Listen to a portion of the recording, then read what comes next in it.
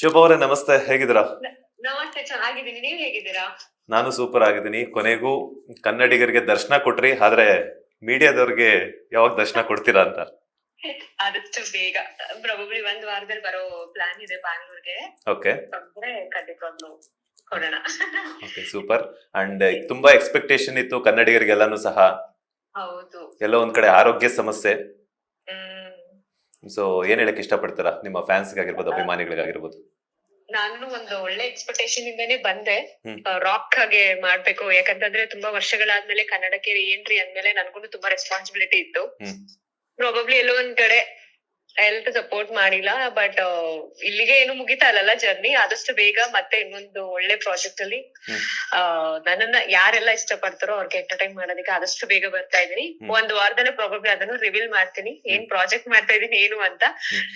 So ಅಷ್ಟು ಹೇಳಕ್ ಇಷ್ಟಪಡ್ತೀನಿ. ಅಂಡ್ ಅಫ್ಕೋರ್ಸ್ ಸಾರಿ, ನನ್ ಬಿಕಾಸ್ ಅವ್ರಿಗೆ ನಿರೀಕ್ಷೆ ಮಾಡ್ಬೇಕು ಅನ್ನೋದು ನನ್ನ ಉದ್ದೇಶ ಆಗಿರ್ಲಿಲ್ಲ. ಇಟ್ ಹ್ಯಾಪನ್ಸ್ ಅಷ್ಟೇ. Okay. Yeah.